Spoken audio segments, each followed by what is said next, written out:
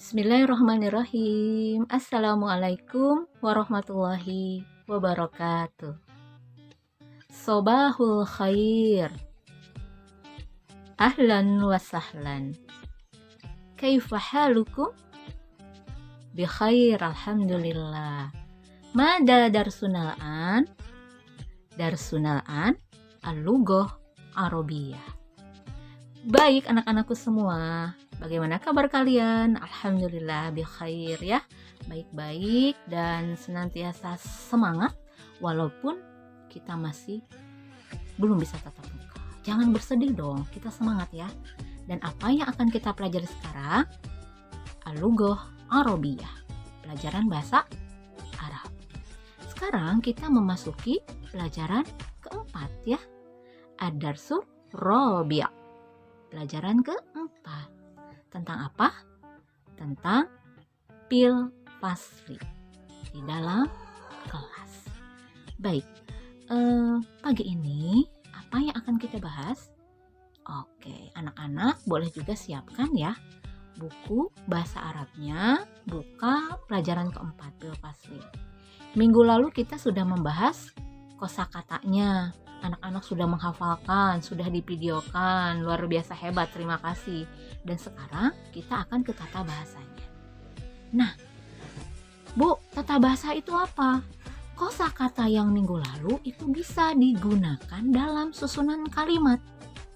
Ya, kata-kata yang kemarin kalian hafalkan itu bagaimana penggunaannya dalam kalimat. Nah, hari ini akan kita bahas.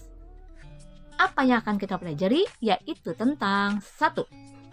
Mubtada, 2. Khobar, 3. Zorof. Oke, ulang apa yang akan kita pelajari? 1. Mubtada, 2.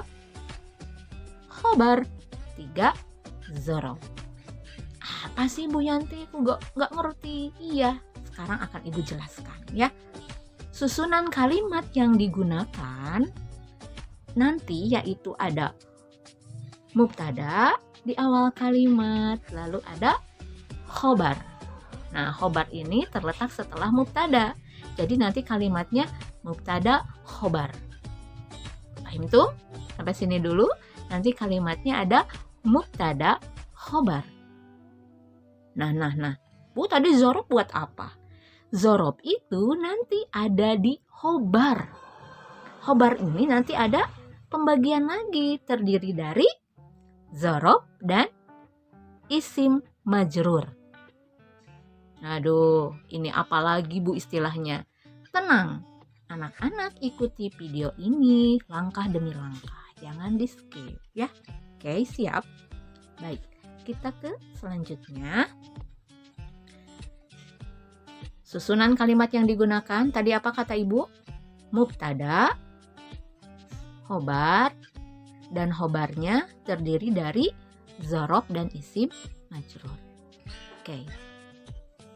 Siap anak-anak, jangan tegang gitu ya, santai. Dan anak-anak boleh lihat buku paketnya di bagian tata bahasa. Sambil simak video ini, boleh anak-anak juga sambil buka buku paketnya. Dan garis bawahi yang penting ya. Lanjut. Nah sekarang tadi, Bu, apa sih mubtada?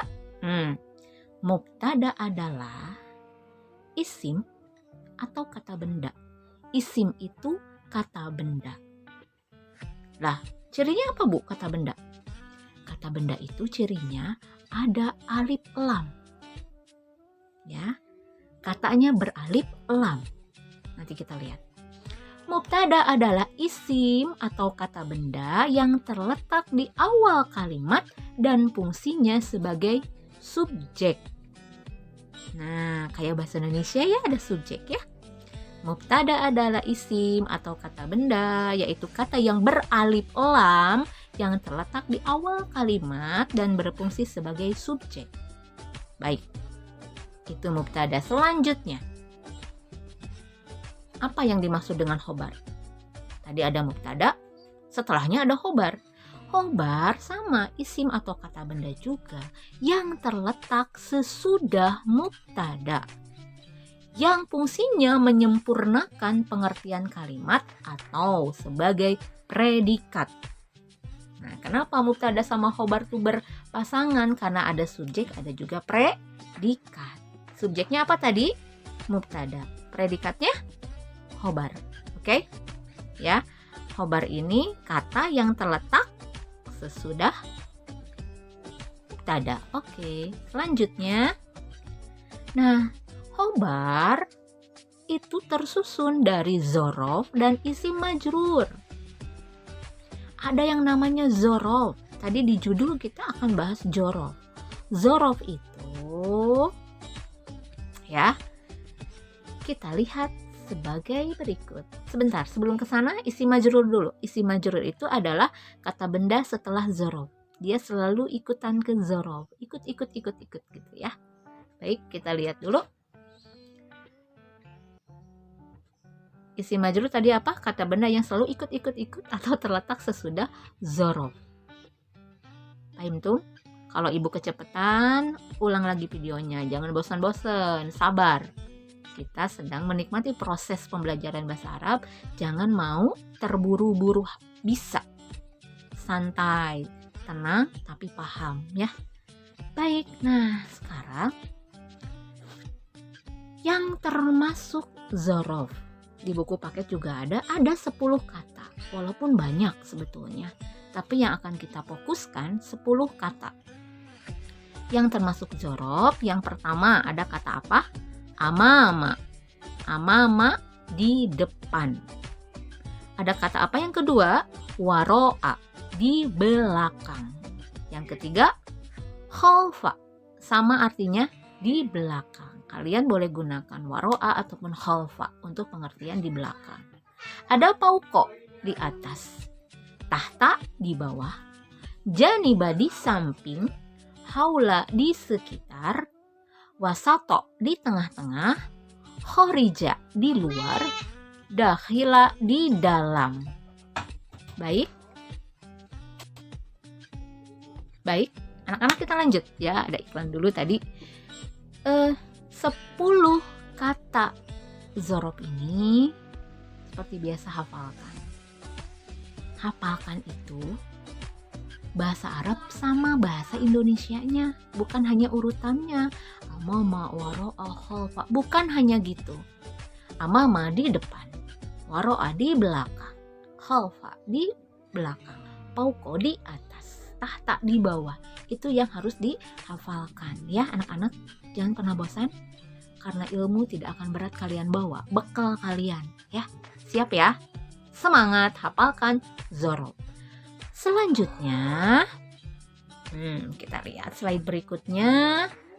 Nah, sekarang bagaimana contoh penggunaannya dalam kalimat? Ya, kita lihat. Ibu punya kata al-madrasatu. Ada kata al-madrasatu. Kemudian janiba. Nih, keluar zorofnya. Tadi apa janiba? Di samping ya. Nah, sebentar. Al-madrasatu itu termasuk apa? Kata benda. Dia beralif lam. Kemudian ini janiba termasuk apa tadi? Zorof. Kita lihat selanjutnya. Ada asyari. Ada kata yang terletak setelah zorof. Ini isim juga? Iya isim, karena dia beralif lam ya. Itu ciri yang paling mudah diketahui. Emang dia isim gitu? Emang dia kata benda? Iya, karena dia beralif lam. Baik ya, kita lihat. Cek. Al-madrasatu isim. Kemudian janiba zorof. Asyari isim majrur disebutnya. Kenapa isim majrur? Karena isim yang terletak setelah zorof. Jadi dia isim majrur. Dan akhirannya kasroh. Syari'i. Disebut majrur karena berakhiran kasroh. Syari'i ujungnya. Nah, al-madrasatu itu termasuk isim dan namanya mubtada. Good. Siapa yang tadi jawab? Al-madrasatu termasuk mubtada. Lalu bagaimana dengan janibah syari'? Dua kata itu digabung. Janibah syari' itu sebagai khobar, sebagai predikat. Coba sampai sini ulangi. Kita punya 3 kata ya. Ada al-madrasatu, ada janibah, ada syari'. Artinya apa al-madrasatu? Sekolah itu. Janibah di samping. Syari' jalan. Kita punya 3 kata. Kita lihat sekarang posisinya dalam kalimat. Al-madrasatu itu termasuk mubtada. Kenapa mubtada? Karena ada di awal kalimat. Sama dengan fungsinya sebagai subjek. Kemudian setelah mubtada ada pasangannya khobar, yaitu janibah syari'. 2 kata digabung. Janibah syari' itu sebagai khobar atau predikat. Nah, kalau kita mau pisah-pisah lagi, khobarnya ini terdiri dari 2 bagian. Ada zorof, ada isim majrur. Mana yang termasuk zorof? Janibah. Mana yang termasuk isim majrur? Syari'. Paham tuh? Terlalu cepat? Ulang lagi. Atau nanti boleh bertanya ya di grup kita nanti, grup bahasa Arab. Oke, kalau begitu artinya apa kalimat ini? Sekolah itu di samping jalan. Paham tuh? Jangan menyerah. Kita kasih contoh kedua. Baik. Berikutnya, anak-anak tenang ya. Jangan panik. Mudah ya. Ada kata berikutnya di awal. Al-maidanu. Al-maidanu termasuk apa? Isim atau kata benda. Selanjutnya amama. Ketemu lagi nih. Amama termasuk zorof. Dari 10 kata yang harus kalian hafal tadi. Lalu ada al-baiti. Rumah. Isim majrur. Karena terletak di setelah zorof. Al-maidanu isim, amama zorof, al-baiti isim majrur. Bagaimana dia posisinya dalam kalimat? Kita lihat. Al-maidanu karena terletak di awal kalimat, dia sebagai mubtada atau subjek. Lalu setelah mubtada ada apa pasangannya? Khobar. Mana yang termasuk khobar? Amamal baiti. 2 kata itu termasuk khobar. Lebih jelas sekarang? Masih pusing? Ulangi. Kedudukan dalam kalimat al-maidanu itu termasuk mubtada atau subjek. Amamal baiti itu termasuk khobar atau predikat. Nanti kalau ditanya lagi, khobar itu terdiri dari 2 bagian. Ada zorof, ada isim majrur. Mana zorofnya? Amama. Mana isim majrurnya? Al-baiti. Pokoknya kata yang terletak setelah zorof itu isim majrur. Siapa yang tahu artinya? Bagus. Lapangan itu di depan rumah. Bagaimana anak-anak? Baru 2 contoh. Contoh yang ketiga. Terakhir ya. Baik. Kita lihat contoh berikutnya, yaitu al-misbahu. Kata benda, isim. Kemudian tahta itu termasuk zorof. Dan selanjutnya as-saqfi itu termasuk isim majrur. Kenapa? Kita lihat nih. Al-misbahu termasuk isim, tahta zorof, as-saqfi isim majrur. Kenapa isim majrur? Karena terletak setelah zorof ya. Dan al-misbah termasuk mubtada atau subjek dalam kalimat. Ada mubtada, ada khobar. Pasangannya, mana yang termasuk khobar? Apakah tahta saja? Atau sakfi saja? Atau digabung? Tahta sakfi. Pintar. Yang termasuk khobar yaitu tahta sakfi. 2 kata itu. Ya, jadi kalimat ini al-misbahu, lampu itu, tahta sakfi. di bawah atap. Mana mubtada? Al-misbahu. Kenapa mubtada? Karena di awal kalimat. Mana khobar? Tahta saqfi. Karena dia terletak setelah mubtada. Ya. Bagaimana? Paham nggak?